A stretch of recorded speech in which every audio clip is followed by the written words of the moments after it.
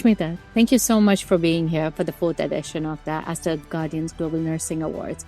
It's a pleasure to have you here. Very kind of you, and thank you so much for inviting me. It's a pleasure being here. You are one of the most beautiful people in the universe, and you've been widely recognized as that. And I love you for everything you've done for empowering women as well, and the causes that you have been supporting. For us with Aster Guardians Award, it's really been about also bringing and shining a spotlight on the beauty within, true humanity. Yes. Nurses, they are so quietly doing their work, but doing such important work. Yeah. And I think after COVID, we said, wait a second, why don't these people get the recognition that they truly deserve? We always speak about doctors. Doctors are always recognized, and there's a lot of gratitude, rightfully, for doctors. But nurses are always nameless. You know, you never remember the name of the nurse who's been there next to you. Very true. We always remember them as sister. Yes. That's the name. Right. And Right. that genericness, though, makes them so personal. Yeah. I often think that, if I may, just add my 2 bits, because I've realized over the last 4 decades of having different kinds of medical conditions, both with my family, with myself, that a doctor comes and engages in a procedure, any procedure, for a day. Yeah. And of course, a good doctor can save you. Absolutely. But it's a nurse that you spend the maximum time with. Very true. She knows everything about you. The way you would take a medicine, for instance, or you would hide a medicine, for instance, or you would be scared of a needle. These are some very intimate knowing. And I think healing without intimately knowing a person, It's very difficult. it's very, very difficult. So without a nurse, you would not have that. Yeah. So the whole idea of this was started by my father, the chairman of Aster Healthcare. And he said, we need to shine a spotlight on them because they are half the workforce, right? In healthcare. Yeah. So you're talking about like 30 million nurses in the world. And we said, how can we take this to the global stage if we are able to encourage, because there's a acute shortage of nurses all around the world.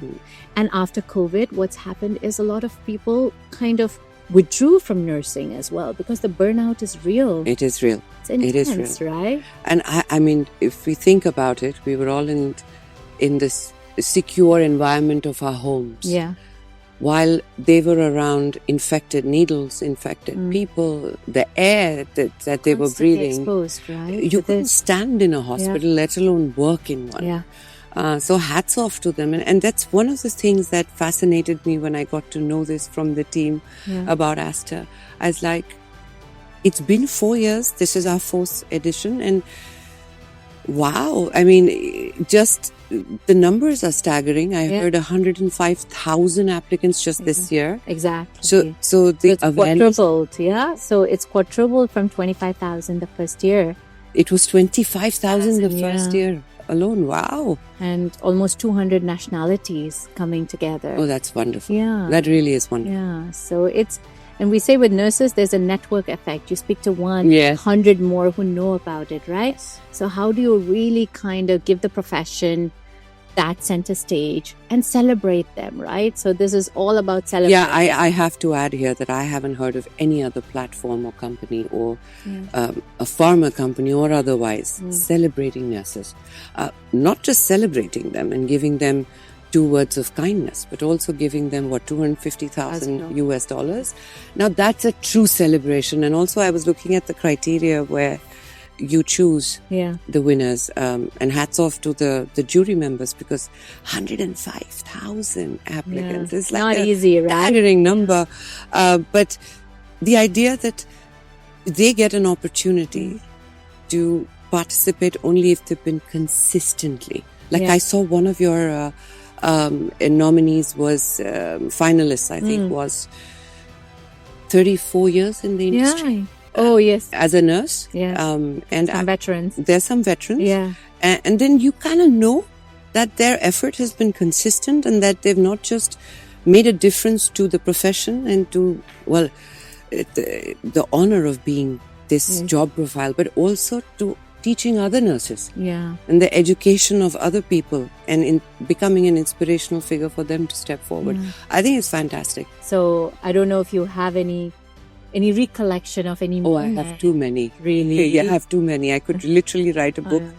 But the ones that stand out the most to me is when my father had starting with his bypass. And this happened in Kolkata. Right. And again, in Bengal, we don't even necessarily say sister, we say Didi. So there were two Didis. One was head of the department and one that was specifically in charge of my father's room and him. Each one of them came and spoke to me. My mother and I and my brother, we were seated in the room right next to where Baba was. Apni kichu bhabben na, which means you don't have to worry about anything. Because Ami OT jacchi, I'm going to the operation theatre. From there, I will give you an every half an hour update. Because the doctors and the surgeons will be busy. I will keep you posted. After that, if it's my duty, then the other Didi will keep you posted or the other sister will keep you posted. Not a single hour passed and my father's surgery went on for 8, which was scheduled for 3, but he had 8 graftings, so it went on endlessly, and we were all at no point panicked or afraid because of these two sisters. And they stayed in touch with my father right after, when his post-care was going on. Right. He had left the hospital. Right, even then. Even then, they were not. And then Shubirta Ishchin, like he had come to the better, hospital. yeah. They've left and come to just say hello and check up. And did you take your medicines? Did you do?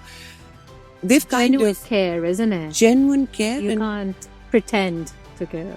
I think also my father is a very soft man. He's a very loving man. Of course. I've seen nurses be nice with people who are not that soft also. And sometimes who can be in a very panic-stricken. So in my case, of course, when my heart episode happened, I discovered who I call an angel. To this day, it's been 2 years I completed of my angioplasty. Her name is Uma Maheshwari. She's an ICU nurse. Okay. I not only couldn't live without her for those 2 years because I had to shoot for Arya. So I was not allowed without a nurse being present and an ambulance being present, and I was shooting action. That's quite... It was pretty harrowing as well. So I said to the hospital, I will need to steal her. I can't do it without her. I need Uma. So doctor will come and check on you. No, that's great, but I need Uma. Please give me Uma. So Uma came and stayed with me for almost 6 months. Stayed with me, and I shot through it, and she looked after me. And then, of course, so to speak, her duty was over. Right. But if I show you on my phone, it gives me goosebumps to this day. She's not being paid to do that. But 9 p.m. beta lock, 9 a.m. beta lock. Really? There would be a message reminder for 2 years, non-stop. I had to finally tell her, Uma, I promise you, it's in my cellular memory now that at 9 o'clock, I have to take it. Oh my goodness. Please don't disturb yourself. No, it doesn't take much. It's just a reminder. So sweet. That lady Unbelievable. is my idea of an angel. Angel, right? Thank you for sharing that. Right? Because it's honestly at times like that you feel most scared and most vulnerable. Just to have that.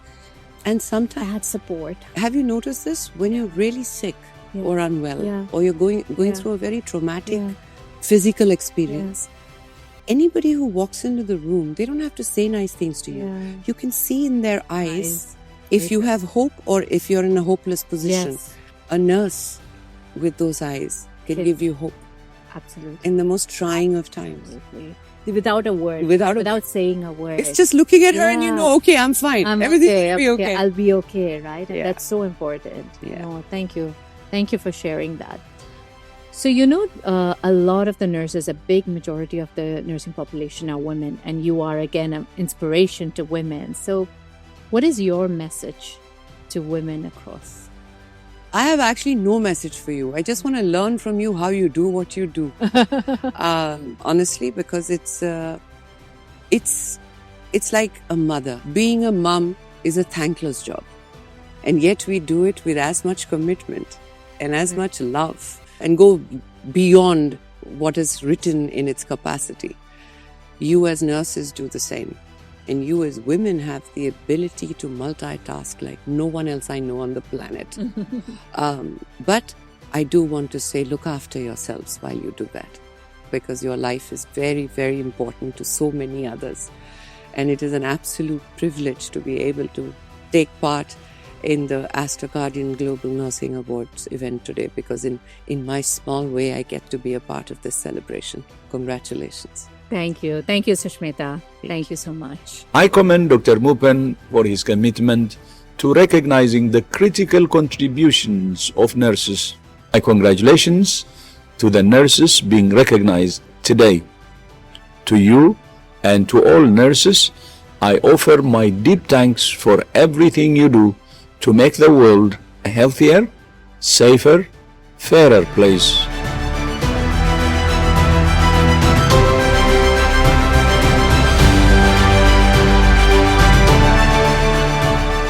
The winner of Aster Guardians Global Nursing Award 2025 is Naomi Ohene Oti from Ghana.